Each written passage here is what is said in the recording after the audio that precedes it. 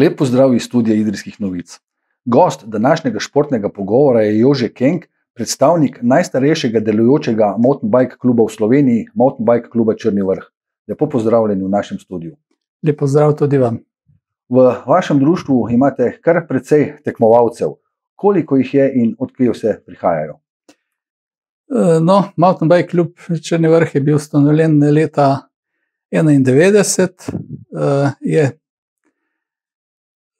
klub, ki je bil ustanovljen predvsem za severnoprimorsko regijo in od začetka smo imeli tekmovalce iz severnoprimorske regije, od Gorice do Idrije.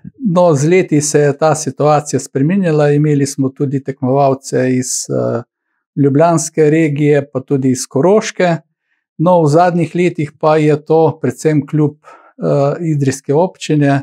Glavnina naših članov izhaja iz Črnega Vrha, Godoviča in iz Idrije.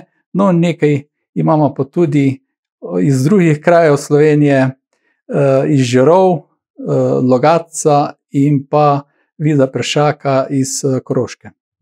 Koliko aktivnih tekmovalcev imate v svojih vrstah?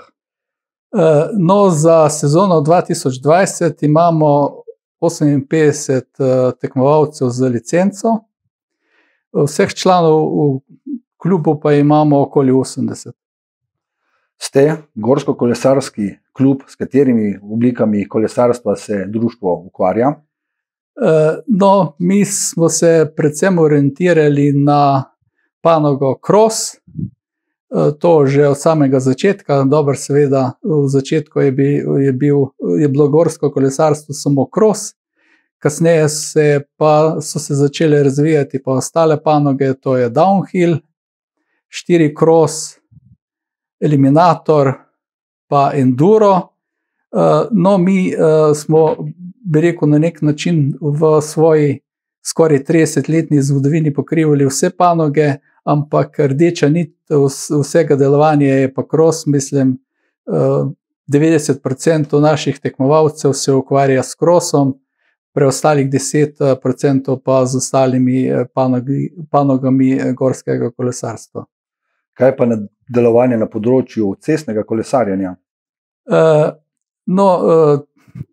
Cestno kolesarstvo pomeni dodatek na treningih vseh tekmovalcev, predvsem v starejših kategorijah. No, nekaj tekmovalcev se ukvarja seveda tudi samo s cestnim kolesarstvom. Je pa predvsem v zadnjem obdobju zgleda tendenca, da bi čim več gorskih kolesarjev pristopilo med cestarje.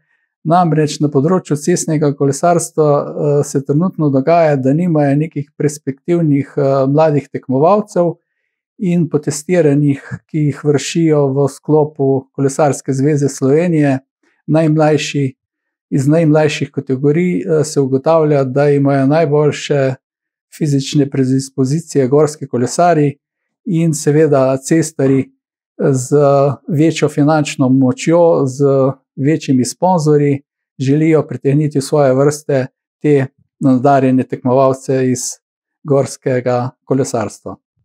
Naj mogoče v tem omenim, da iz gorskega kolesarstva v cestno eden izmed bolj znanih tekmovalcev je bil Luka Mezgec, ki pa je nastopil prav za vaše društvo. Drži? Drži. Ko smo imeli v Mountain Bike klubu mednarodno UCI ekipo, je bil njen član tudi Luka Mezgec. No, in Luka Mezgec je potem po enoletnem nastopanju za naš klub prestopil na to med cestne kolesarje in seveda tam dosegel svoj višek športne kariere. Sicer pa tekmovalci vašega kluba v različnih panogah gorskega kolesarjenja dosegajo res odmevne rezultate, tako v Sloveniji kot tudi tujini. Katere rezultate bi sami najbolj izpostavili? Med temi pomembnimi mednarodnimi rezultati moramo omeniti 11 medalj na svetovnih in evropskih prvenstvih, ki so jih dosegli naši tekmovalci. Največja zbirateljica, če lahko tako rečem, je zagotovo Tanja Žakelj, ki je v barvah našega kluba osvojila 7 naslovov oziroma medalj na svetovnih in evropskih prvenstvih. No, za njo potem sledi Vid Peršak, ki je bil tretji na Evropskem prvenstvu v enduru,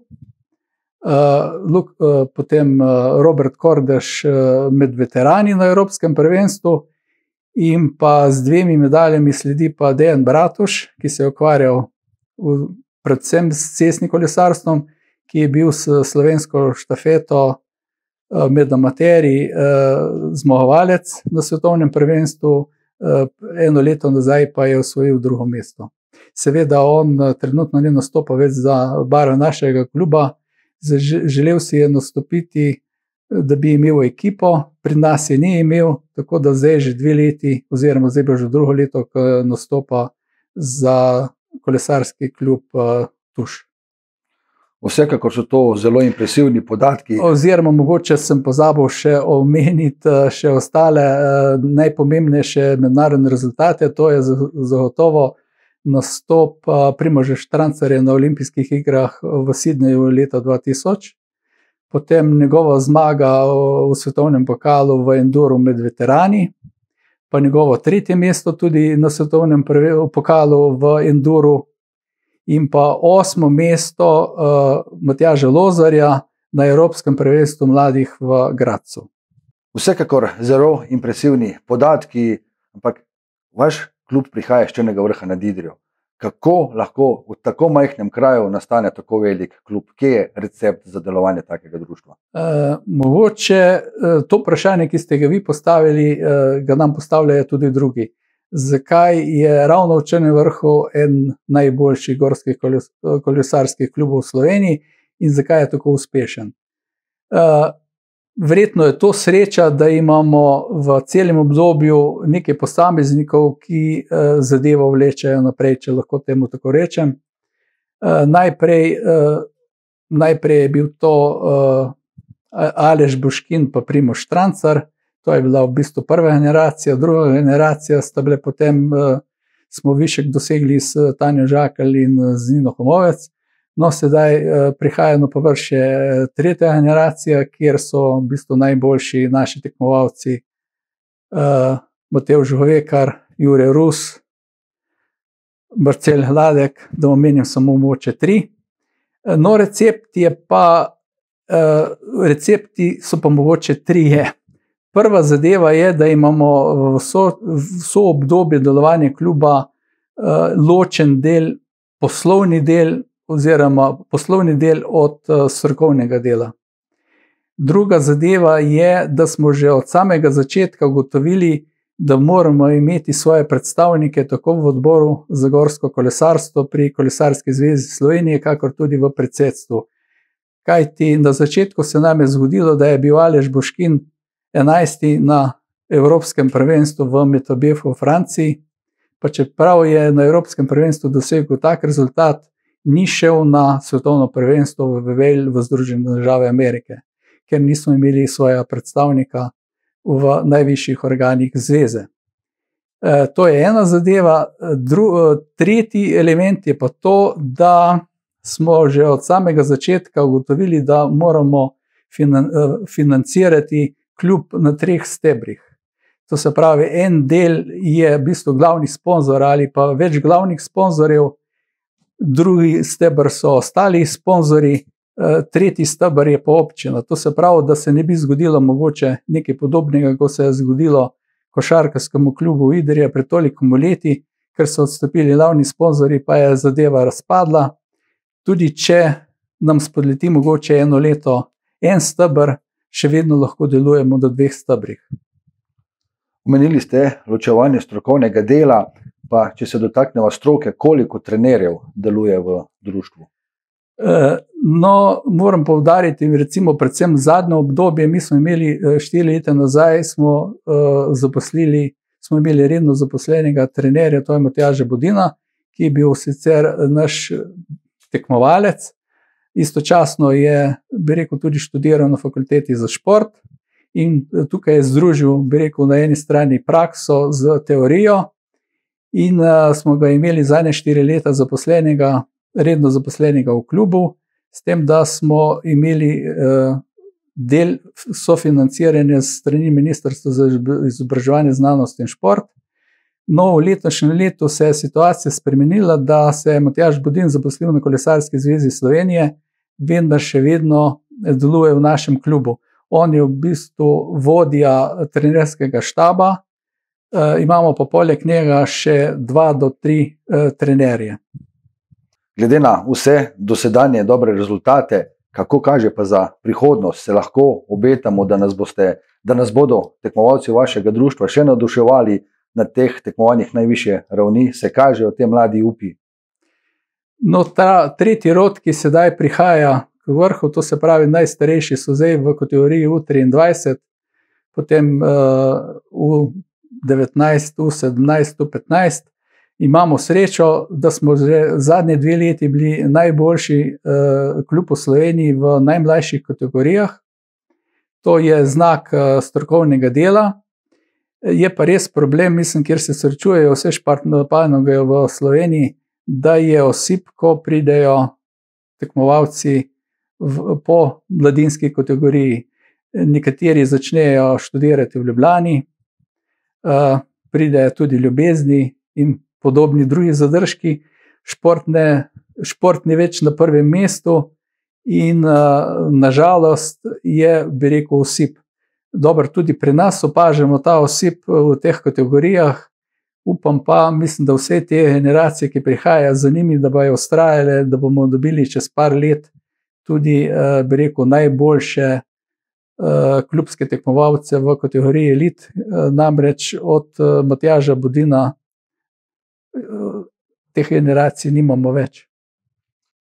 Sicer pa se društvo spopada vsako leto tudi z organizacijo katerega od tekmovanj, kako kaže za letos? No, klub v bistvu vsako leto organizira vsaj eno tekmovanje. Bi rekel, najprej smo se orientirali na Blodko maraton, mogoče da to omenim, bi rekel, sploh za poslušalce idrijske občine. Stanku Blodku, bi rekel, nismo dali v občini nikakršnega poudarka, mislim, in bi rekel, širna Slovenija sploh ne ve, oziroma večinski del sploh ne ve, da Stanko Blodek je rojen v Idriji. No in mi smo takrat, ko je bila stoletnica njegovega rojstva, smo, bi rekel, pričeli z Blodkovim maratonom in Blodkov maraton je pomenil ravno 2 športni panogi, s katerimi se je Stanko Blodek vso svoje obdobje ukvarjal, to je s planinarjenjem in kolesarjenjem. In ravno te 2 športni panogi je v bistvu vsota je gorsko kolesarjenje. No, ta Blodkov maraton smo organizirali 14 let. Eden izmed Blodkovih maratonov je bilo tudi prvo državno prvenstvo Slovenije v krosu. No, poleg Blodkovega maratona, ki ga ne organiziramo, bi rekel, zaradi težav organizacijskih, cestno-prometnih predpisov, prečkanja regionalne ceste in vseh podobnih zadev, tako da smo organizacije tega maratona odstopili. Smo potem organizirali državno prvenstvo v krosu, v spustu, v 4 krosu, v vzponu. No in letošnje leto 5. julija organiziramo ponovno državno prvenstvo Slovenije v krosu. Seveda se tukaj srečujemo z vsemi težavami z koronavirusom. Omejiti smo morali nastop le na slovenske tekmovalce, to se pravi tekmovalce z slovenskim državljanstvom. Sicer interes v tujini je izredno velik za nastop na tej tekmi, namreč v sosednjih državah še niso organizirali nobene prireditve in vsi tekmovalci, ki pa seveda trenirajo v tem obdobju, bi se želeli nastopiti vsaj na eni tekmi, tako da bi imeli v bistvu, če bi dovolili nastop tudi tujcem, skoraj malo tekmo svetovnega pokala. Ampak zaradi omejitve 500 smo morali omejiti tekmovanje samo na državnem nivoju, seveda pa sedaj s strahom pričakujemo, kakšni bojo nove uredbe Vlade Republike Slovenije glede omejitve širjenja koronavirusa, ali bomo lahko sploh izpeljali državno prvenstvo v teh v tem okviru, kot je po razpisu. Namreč lahko se zgodi, da bomo morali črtati iz nastopa najmlajše kategorije. Ja, vsekakor upamo, da to ne bo potrebno. S seboj ste v studio prinesli tudi en kolesarski dres in pa koledar. Za letošnje leto ste prvič izdali koledar vašega društva. Je bil za to kakšen poseben razlog?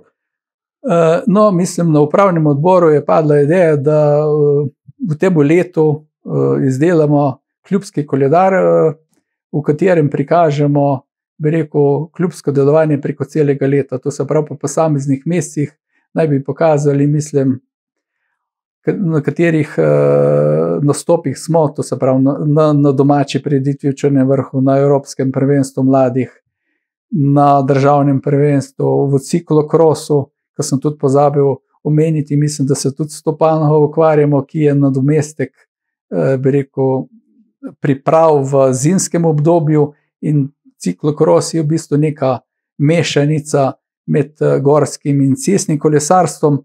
Omeniti moram, da smo ravno prvo medaljo leta 1992 na državnih prvenstvih osvojili ravno v ciklokrosu.